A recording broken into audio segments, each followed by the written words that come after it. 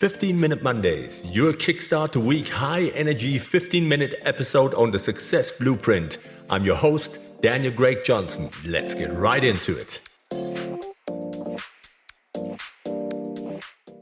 Hello everybody, welcome back on the Success Blueprint. It is Monday. I am back, had a great week of holiday. I left you with 10 tools or 10 tips on how to ditch the drama. I hope you've been there and you've listened to it. If not, please go back. It's definitely a goodie. Today, let's get right into it. I got 10 power tools to crush it and own your success. Because we all have that burning desire for success. No matter what it looks for you, no matter what you define as success, but we all want it. But sometimes it feels like we're stuck in neutral. We're just not making progress. And here's the secret. Success isn't just about adding more skills or achievements. It's about shedding the things that hold you back. You have to get rid of the stumbling blocks, the things that are dragging you and putting the brakes on.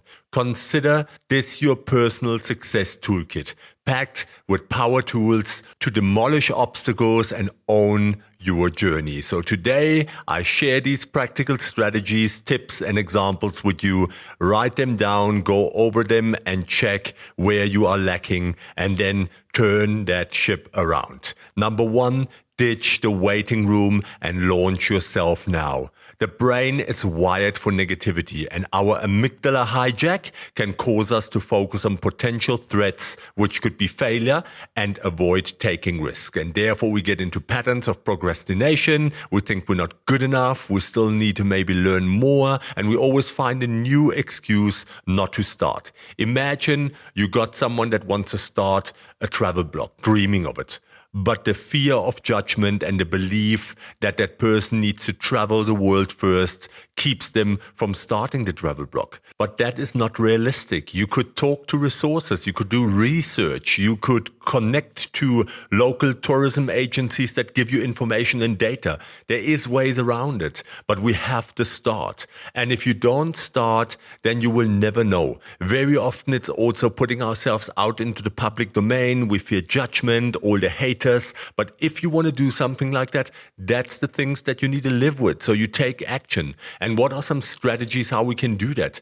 You set smart goals, specific, measurable, achievable, relevant, and time-bound so that you start. Instead of a vague start a travel blog, aim for launching a travel blog with 10 posts about local hidden gems in the next 3 months. That is a smart goal.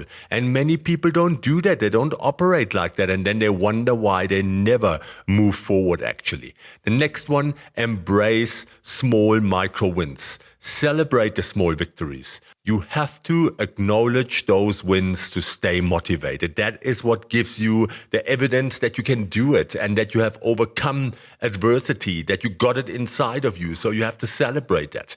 Batch your tasks. Schedule dedicated times for specific tasks. One day for writing, another for social media content creation.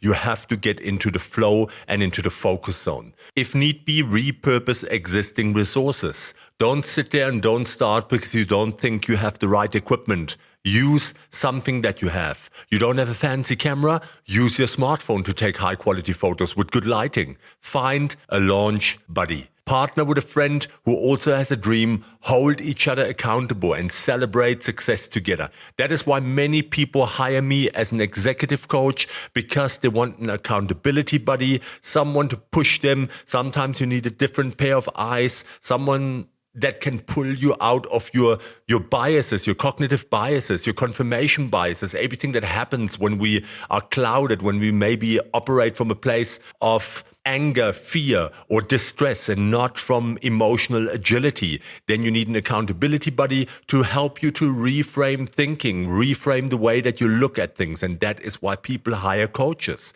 That is what I do with clients on a daily basis. Number 2 that I want to give you, evict the excuses squad. Turn a can't into can. Our brains are like muscles. The more we challenge ourselves to learn, the stronger our neuroplasticity, allowing us to form new connections and acquire new skills.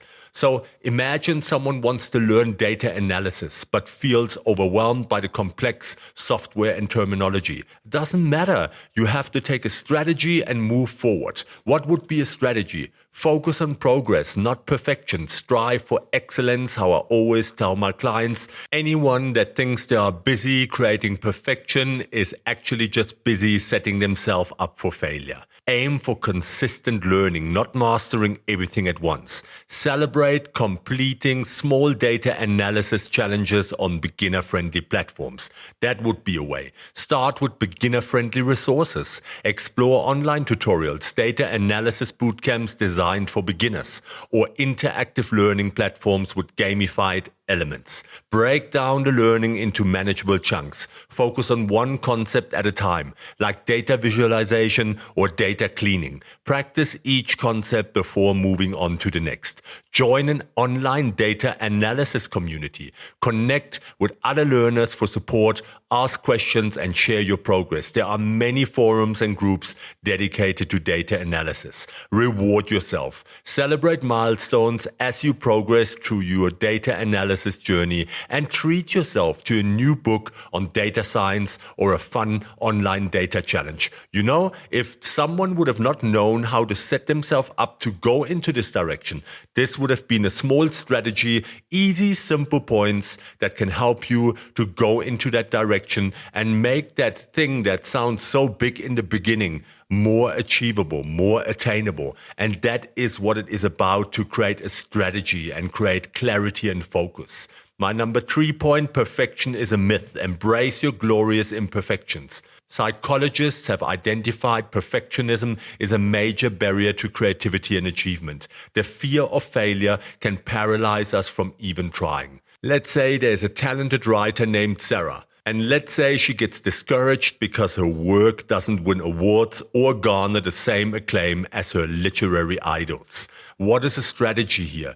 Remember, your artistic heroes weren't born perfect. They owned their craft through practice and embraced their unique styles. J.K. Rowling received countless rejections before Harry Potter actually became a global phenomenon. Focus on expressing your own voice. What makes your writing unique? What stories do you want to tell through your words? Experiment and take risks. Don't be afraid to try new writing styles and genres. Embrace the unexpected beauty of happy accidents. Find inspiration everywhere. Look for inspiration in everyday experiences, conversations, or even objects. And keep a notebook handy to jot down ideas. Celebrate your artistic journey. Track your progress. Look back at older pieces to see how your writing has evolved and how you found your voice. That's the way you do it. That is creating clarity, focus, small, achievable goals, smart goals, and then move forward towards progress.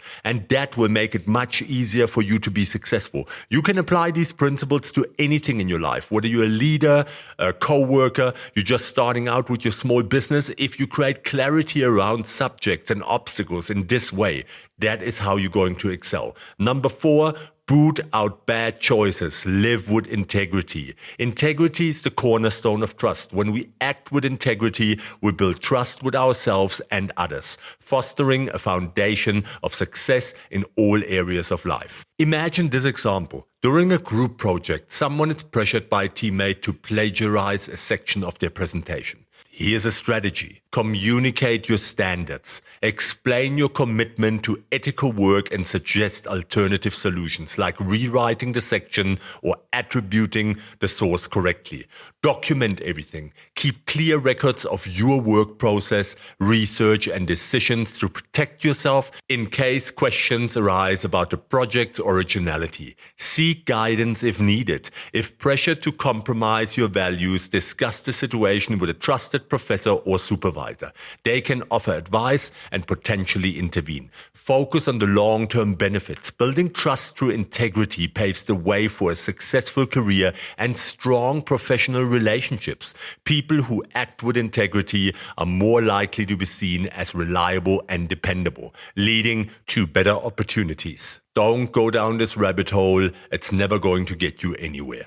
Find inspiration in ethical leaders, research leaders known for their integrity, learn from their examples and decisions. Leaders like Nelson Mandela or Greta Thunberg prioritize their values even in the face of adversity. If you follow such guidelines and you create clarity around any kind of obstacle that you are facing, adversity, maybe a lack of knowledge or something that you're struggling with, if you structure it in a way where you create clarity around the topic, where you do research, you look for patterns, you learn, that is how you can grow exponentially. And if you apply these principles that I'm giving you here to all aspects of life, relationship, work, it doesn't matter. This is the way how you create winning success. Number 5, ditch the entitlement monster and cultivate gratitude. Gratitude has been significantly proven to boost happiness, motivation, and overall well-being. By focusing on what we have,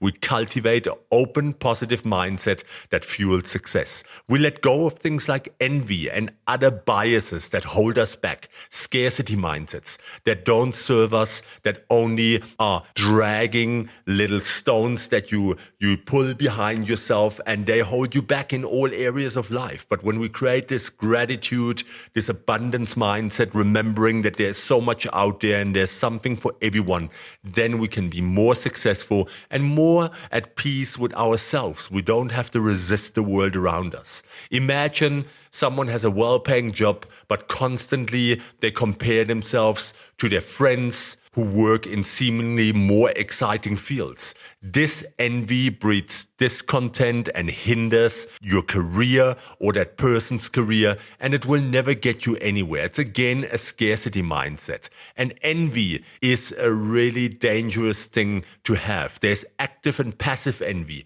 and they both have their own sides to them. But envy is never a good thing. So we have to keep in check with ourselves, raise our awareness, raise our consciousness, and put strategies in place. And here in this example with the comparison game, what are some strategies? Practice daily gratitude. Start a gratitude journal. Every day, list 3 things that you're grateful for. Big or small, it doesn't matter. It can be anything from good health to supportive colleagues or a delicious cup of coffee. That is what makes life beautiful. Even that cup of coffee, just being there, present, enjoying the flavors and the heat of the coffee and what it does to you and how you feel about it and the thoughts that you have whilst you're drinking it. Embrace it. Shift your focus. Instead of dwelling on what you lack, focus on the abundance you already have in your life, your skills, your experiences, and the relationships that enrich your life. That is how you create an abundance mindset. Help others.